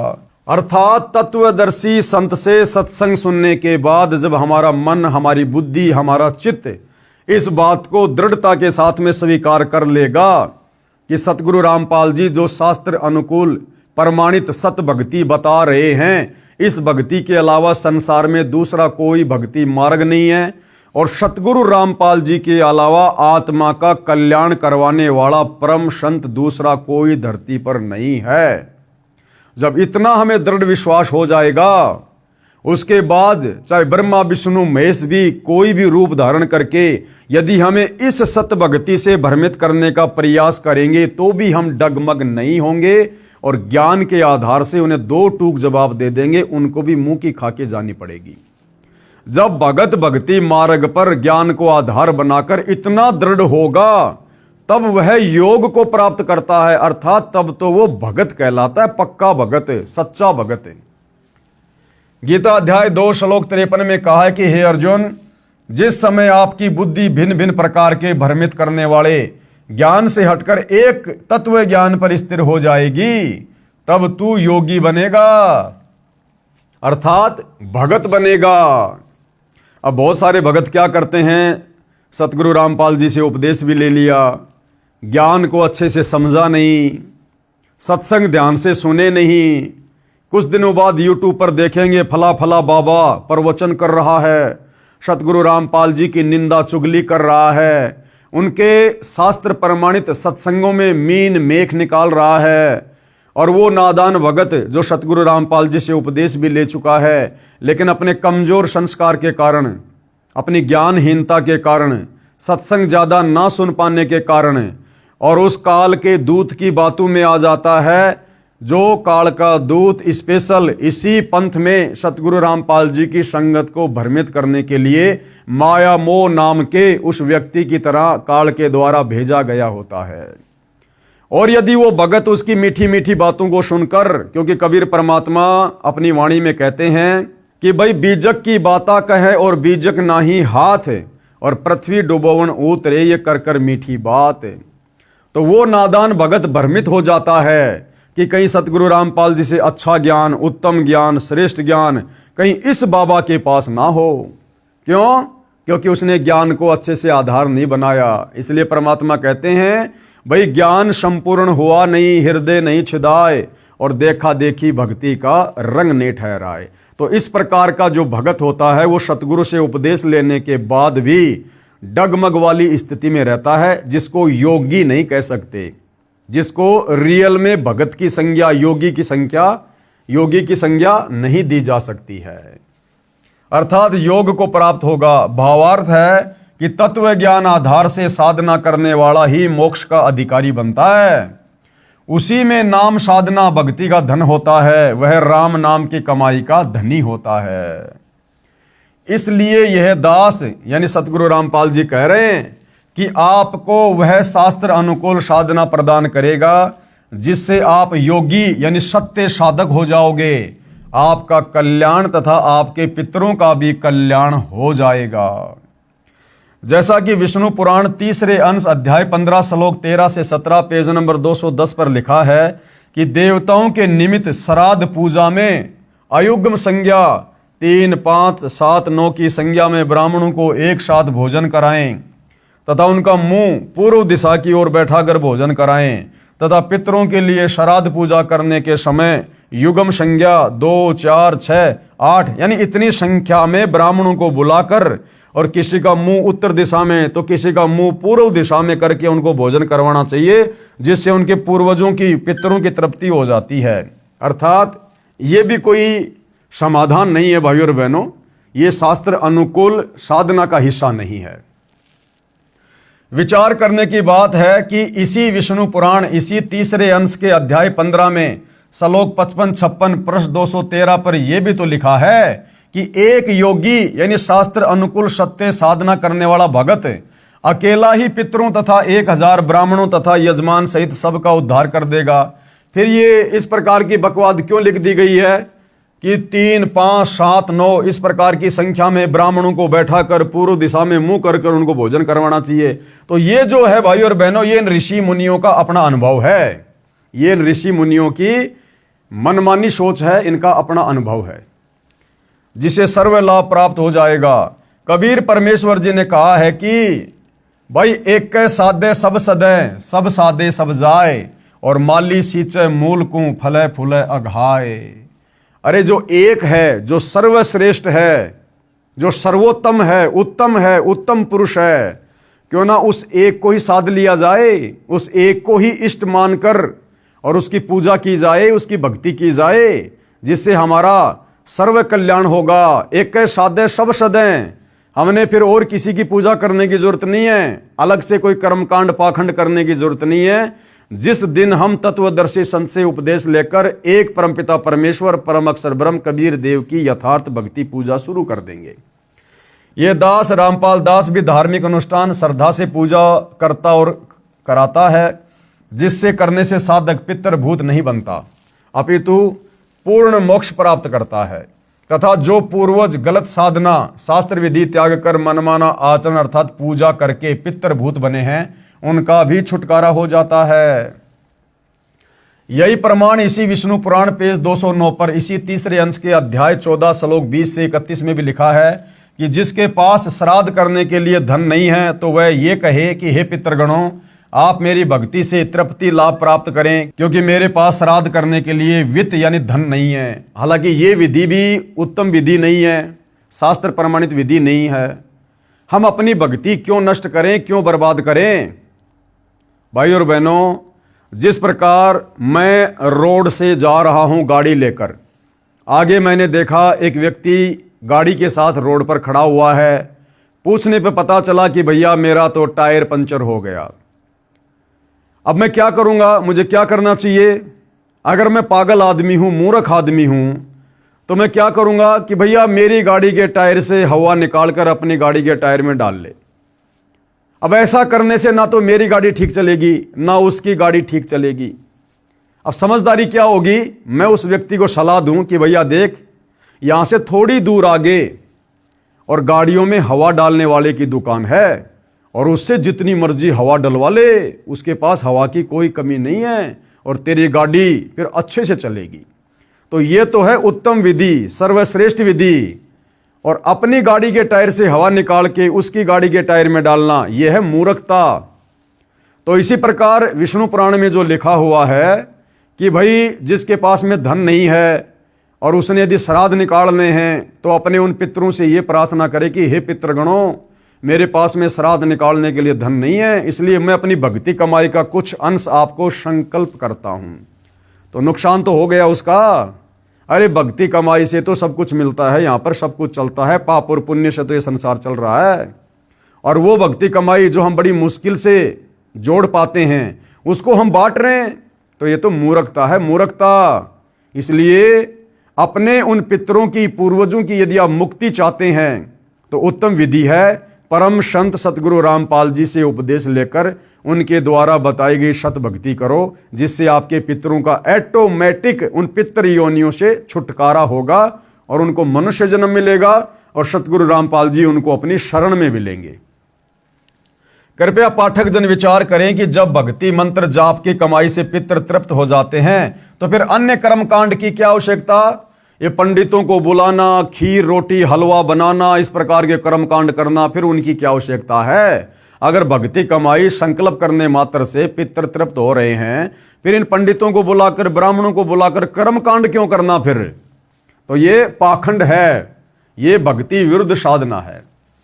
ये सर्व प्रपंच ज्ञानहीन गुरु लोगों ने अपने पेट पोषण के लिए ही किया है, क्योंकि गीता अध्याय 4 श्लोक 33 में भी लिखा है कि द्रव्य यानी धन द्वारा किया यज्ञ यानी धार्मिक अनुष्ठान से ज्ञान यज्ञ यानी तत्व ज्ञान आधार पर नाम जाप साधना श्रेष्ठ है। कि पहले हमें यह तो पता चले कि वास्तव में अध्यात्म क्या है, भक्ति क्या है, ज्ञान क्या है, दान धर्म तो उसके बाद करना चाहिए। एक और विचारणीय विषय है कि विष्णु पुराण में पितर व देव पूजने का आदेश एक ऋषि का है तथा वेदों व गीता जी में पितरों व देवताओं की पूजा का निषेध है। यानी पुराणों में जिस प्रकार से ये श्राद्ध निकालने की, पितृ पूजने की जो विधि लिखी हुई है, ये उन ऋषि मुनियों का अपना अनुभव है, ये परमात्मा का विधान नहीं है। परमात्मा का विधान है चारों वेद और गीता का ज्ञान है, और चारों वेद और गीता जी में तो भूत पूजना, श्राद्ध निकालना, पितृ पूजना अध्याय 9 श्लोक नंबर 25 में परमात्मा ने बिल्कुल मना किया है। तो पुराणों में जो इस प्रकार की ओछी, आदि अधूरी, शास्त्र विरुद्ध साधना है, ये उन ऋषि मुनियों की देन है, जो हमने उनके आदेश को पालन नहीं करना है। जो आदेश काल रूपी ब्रह्म भगवान का है, यदि पुराणों के अनुसार साधना करते हैं तो प्रभु के आदेश की अवहेलना होती है, जिस कारण से साधक दंड का भागी होता है, यानी मरने के बाद उसकी भी फिर ऐसे ही दुर्गति होती है। श्राद्ध करने की श्रेष्ठ विधि अब सतगुरु रामपाल जी भगवान समझा रहे हैं कि यदि वास्तव में आपने अपने पितरों की मुक्ति करवानी है तो उसकी श्रेष्ठ विधि क्या है। श्री विष्णु पुराण के 3रे अंश में अध्याय 15 श्लोक 55-56 पृष्ठ 153 पर लिखा है कि श्राद्ध के भोज में, यानी श्राद्ध के समय जो भोजन बनाया जाता है, यदि एक योगी यानी शास्त्रोक्त साधक को भोजन करवाया जाए तो श्राद्ध भोज में आए हजारों ब्राह्मणों तथा यजमान के पूरे परिवार सहित सभी पितरों का उद्धार कर देता है। अब वो विधि वर्तमान में कहाँ है? वो सतगुरु रामपाल जी के पास है, उनके पंथ में है। विवेचन मेरे यानी लेखक कौन? सतगुरु रामपाल जी के तत्व ज्ञान को सुन समझकर भगत दीक्षा लेकर साधना करते हैं। ये योगी यानी शास्त्रोक्त साधक हैं। हम सत्संग समागम करते हैं, उसमें भोजन भंडारा लंगर भी चलाते हैं। जो व्यक्ति उस भोजन भंडारे में दान करता है, उससे बने भोजन को योगी यानी मेरे शिष्य तथा ये दास सब खाते हैं। ये दास यानी लेखक सतगुरु रामपाल जी सत्संग सुनाकर नए व्यक्तियों को यथार्थ भक्ति ज्ञान बताता है और शास्त्रों के प्रमाण प्रोजेक्टर पर दिखाता है, जिस कारण से श्रोता शास्त्र विरुद्ध साधना त्याग कर शास्त्रोक्त साधना करते हैं। इस प्रकार उस परिवार का उद्धार हुआ। उनके द्वारा दिए दान से बने भोजन को भक्तों ने खाया, इससे पितरों का उद्धार हुआ। पितर जूनी छूटकर अन्य जन्म मिल जाता है। सत्संग में यदि 1000 ब्राह्मण भी उपस्थित हों तो वे भी सत्संग सुनकर शास्त्र विरुद्ध साधना त्याग कर अपना कल्याण करवा लेते हैं। ये है उत्तम विधि सर्व कार्यों को सिद्ध करने की। ये है वो वाणी, एक साधे सब सदे, सब साधे सब जाए, और माली सींचे मूल कूं फले फुले अघाए।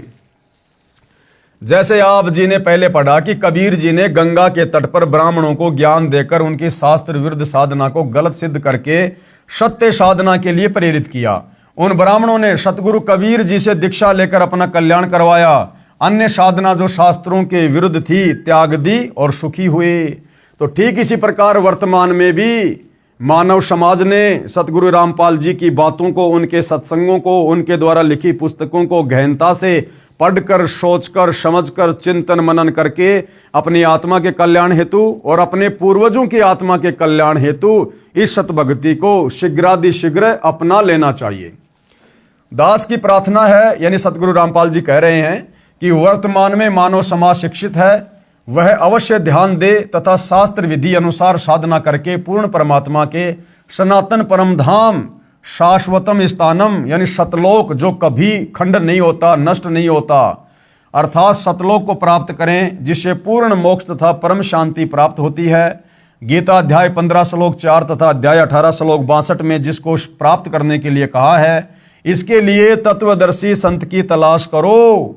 तत्वदर्शी संत के बिना नहीं मिलेगा। और तत्वदर्शी संत के विषय में कहाँ बोला गया है? गीता अध्याय 4 श्लोक 34 कि अर्जुन उस तत्व ज्ञान को प्राप्त करने के लिए किसी तत्वदर्शी संत की खोज कर, भली भांति उसको दंडवत प्रणाम करके उसको प्रसन्न कर, फिर वो तत्वदर्शी महात्मा तुझे तत्व ज्ञान का उपदेश करेंगे, जिससे आपको परम शांति होगी और परम गति प्राप्त होगी। एक श्रद्धालु ने कहा कि मैं आपसे उपदेश लेकर आप द्वारा बताई साधना भी करता रहूंगा तथा श्राद्ध भी निकालता रहूंगा तथा अपने घरेलू देवी देवताओं को भी ऊपरले मन से पूछता रहूंगा, इसमें क्या दोष है? भाई इसमें तो दोष ही दोष है, परमात्मा का विधान भी तोड़ रहे हो। यानी राजा ने विधान बना दिया कि जो व्यक्ति चोरी करेगा उसको फला फला दंड मिलेगा, और जो व्यक्ति सरकारी नौकरी करेगा उसको ये तनख्वाह मिलेगी। और वो व्यक्ति कहे कि मैं सरकारी नौकरी भी करता हूंगा और साथ में चोरी भी करता रहूंगा, इसमें क्या दोष है? भैया नौकरी करेगा उसके तो तनख्वाह मिलेगी, और चोरी करेगा उसका दंड भी मिलेगा। मुजदास की प्रार्थना, संविधान की किसी भी धारा का उल्लंघन कर देने पर सजा अवश्य मिलेगी। इसलिए पवित्र गीता जी व पवित्र चारों वेदों में वर्णित व वर्जित विधि के विपरीत साधना करना व्यर्थ है। यानी गुरुदेव भगवान कह रहे हैं कि पवित्र चारों वेद और चारों वेदों का निष्कर्ष गीता जी, अगर आपने इसके विपरीत साधना की तो भाई आप परमात्मा के दोषी बनोगे, शास्त्र विरुद्ध साधना करने के चलते। इसका प्रमाण पवित्र गीता जी अध्याय 16 श्लोक 23-24 में है। यदि कोई कहे कि मैं कार में पंचर ऊपरले मन से कर दूंगा, नहीं, राम नाम की गाड़ी में पंचर करना मना है। ठीक इसी प्रकार शास्त्र विरुद्ध साधना हानिकारक ही है। जो भाई कह रहा था ना कि मैं जी आपसे भी नाम ले लूंगा और ऊपरले मन से श्राद्ध भी निकालता रहूंगा, तो गुरुदेव भगवान समझा रहे, नादान प्राणी, तू अपनी गाड़ी लेकर जा रहा है और गाड़ी को साइड में रोक कर कहे कि मैं तो ऊपरले मन से गाड़ी के टायर में पंचर कर देता हूं, मैं जानबूझ के थोड़ी कर रहा हूं, ऊपरले मन से कर देता हूं, तो पंचर तो पंचर ही है, तेरा कार्य तो बाधित होगा ही होगा। तो इसी प्रकार परमात्मा का नियम तोड़ देने से हम प्राणी दंड के भागी होते हैं।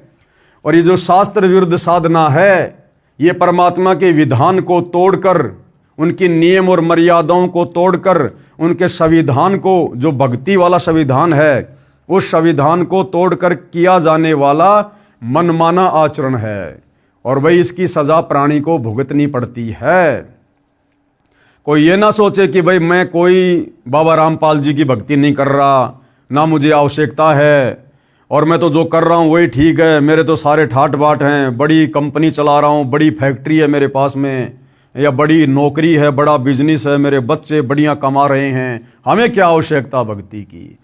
भैया इस जन्म में आपको जो भी ठाट बाट हैं, भले आप संत रामपाल जी के भगत भी नहीं हैं, आप भले और भी कोई भक्ति नहीं करते, सारे उल्टे काम करते हैं, मांस आप खा रहे हैं, शराब आप पी रहे हैं, 2 नंबर के काम आप करते हैं, रिश्वत आप ले रहे हैं, फिर भी आपके घर में ठाट बाट हैं।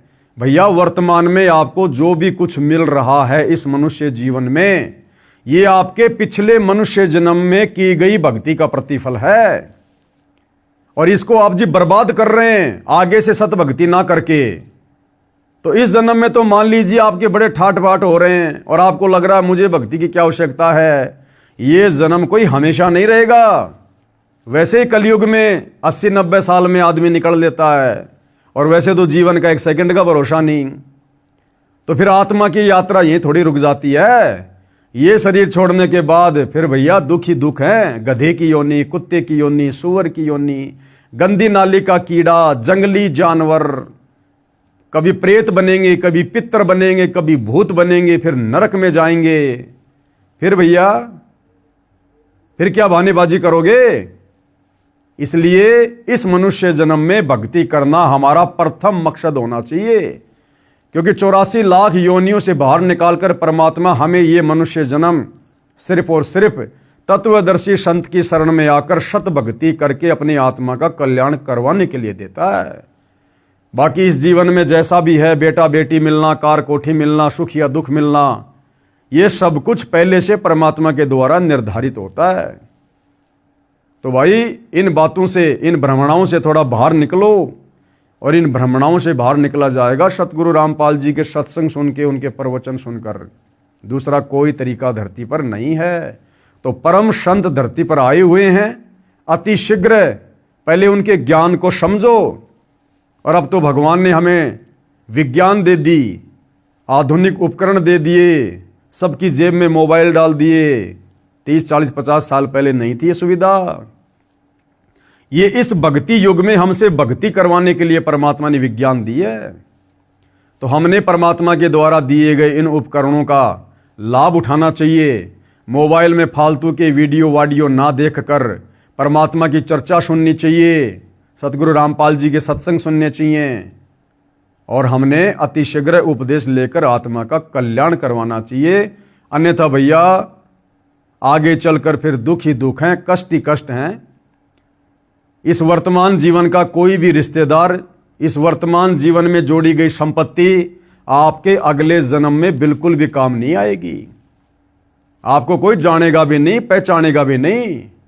आप कहां जाओगे, किस योनि में जाओगे, किस देश में जन्म प्राप्त करोगे, आपका ये वर्तमान परिवार, वर्तमान की संपत्ति, वर्तमान के रिश्तेदार, वर्तमान की जान पहचान, वर्तमान की चौधर, वर्तमान की महिमा, ये यहीं खाक हो जाएगी, मिट्टी में मिल जाएगी।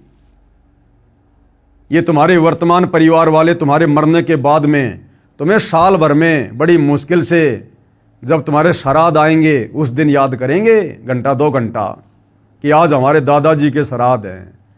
अरे खुद को देख लो भाई, आज आप अपने दादा परदादा को जो मर चुके हैं, आप खुद उनको कितना याद करते हो। साल 2 साल में कभी याद आ गए तो आ गए, तो हमें कौन याद करेगा। फिर काहे की महिमा, काहे की चौधर।